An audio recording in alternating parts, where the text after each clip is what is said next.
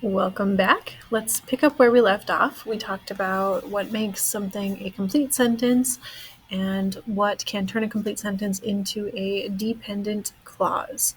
There is going to be a lot of practice coming up, so please pause the video and find at least one person to work with. You will both need to watch the video and answer the questions, but you can probably just have one muted while one plays, and then you can both answer the questions on your screen. Again, take notes as you go. The reason why I'm having you work with a partner is so that you can actually do these practices together before I give you the answers. All right, so hopefully you have a partner and you both got the video up and you're ready to go. On whatever you're taking notes on, please answer the following questions. I'll give you a few minutes. Question number 1, what 2 things do you need to form a complete sentence? Question number 2, what are 2 exceptions to this rule? Question number 3, what kind of clause can have both of these necessary elements and still be incomplete? And then question number 4, how do you identify this kind of clause? And you can provide examples if you don't remember the terms. Hopefully you paused and were able to answer all 4 of those questions. I'll give you the answers now and see how you did. So to number 1, what 2 things do you need to form a complete sentence? You need a subject and a verb, even if your subject is implied. Number 2, what are the 2 exceptions to this rule? Commands, like go or stop, and exclamations as reactions to things. Number 3, what kind of clause can have both of these necessary elements and still be incomplete? A dependent clause can have everything you need, but be incomplete because of that one tricky little conjunction at the start. And number 4, how do you identify this kind of clause? You can find the conjunction, right? If you have the word because, although, therefore, or any of the many other conjunction options, and that word falls right at the start of your sentence, but the thought is not completed, that is going to be a dependent clause. Even if the thought is completed, that part of the sentence would still be a dependent clause. Here are your next sets of questions. Why is each of the following not a complete sentence? Please pause after each one to explain in writing why each one of these is not complete. Number 1, asked to see his license. Number 2, Thomas in the ballroom with a candlestick.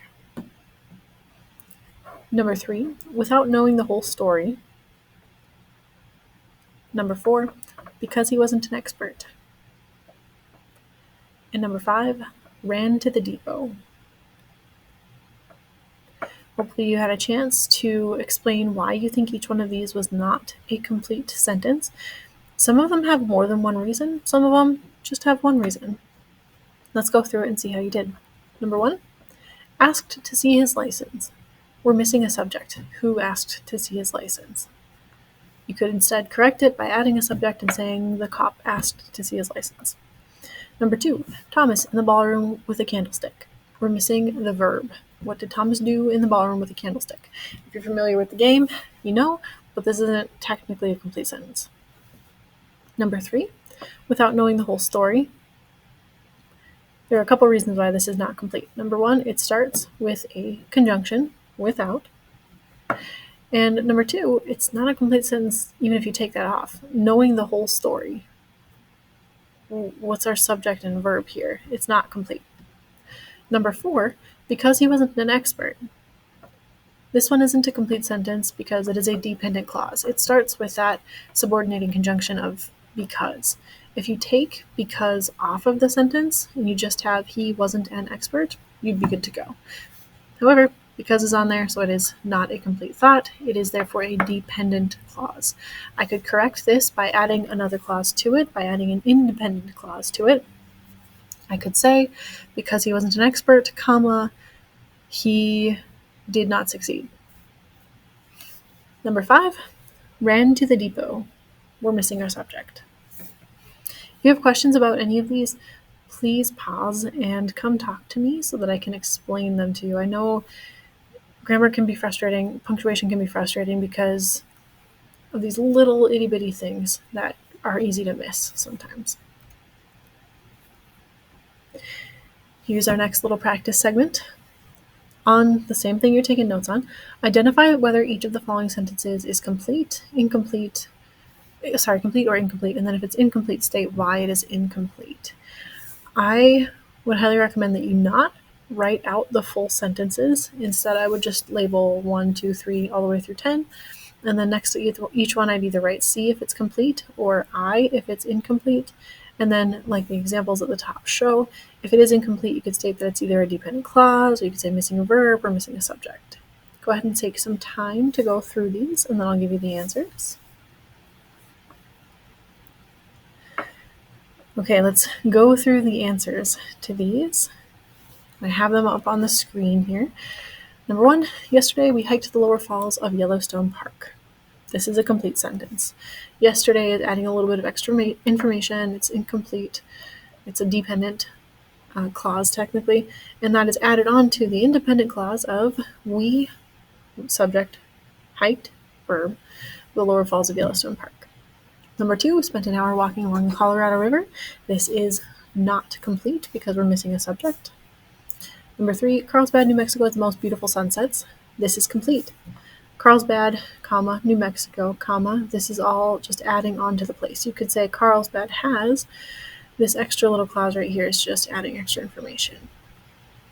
But we have our subject and we have our verb.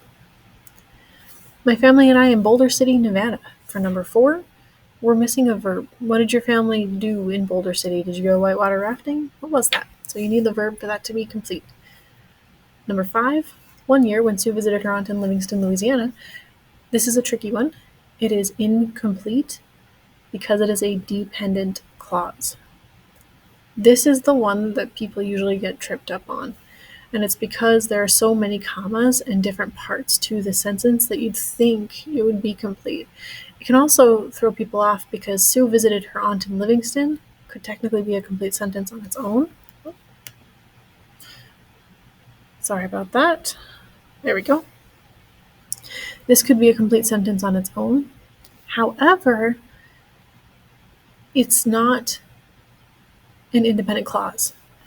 Between these two commas right here, we have when Sue visited her aunt in Livingston, Louisiana. This when is a subordinating conjunction, or it's a conjunction, I should say, that makes this clause dependent. This Louisiana here is just adding more information about Livingston and where it is, so that also doesn't finish the thought, which means that our main sentence starts right here with 1 year, and then we have our dependent clause, but the main sentence is never finished. It is therefore incomplete. We're left wondering 1 year what happened when Sue visited her aunt. Number 6, Delilah panned for gold in the California town of Angels Camp. That is complete. Subject, verb, complete thought. We don't have any conjunctions messing it up and making this into a dependent clause. Number 7, Canyon Lake is a great place too. It's incomplete. We're missing the verb. Number 8, when I dipped my toes into the Pacific Ocean. This is incomplete. This is a dependent clause again because of this word when. It makes this whole clause depend on another clause in order to complete the thought. To fix it, I could say, when I dipped my toes into the Pacific Ocean, I was stung by a jellyfish. I don't even know if that's possible in the Pacific, but you get the idea. 9, I have never tried pinyon bean coffee, but I hear it's tasty. This is a complete sentence. This second part right here after the comma is a dependent clause, but it is combined with an independent clause, so it's okay. Number 10, floating down the Guadalupe River. This is incomplete because you're missing the subject. Who was floating down the Guadalupe River? Hopefully you did pretty well. Again, if you have questions, please ask. This set of questions is usually the one that throws people off the most.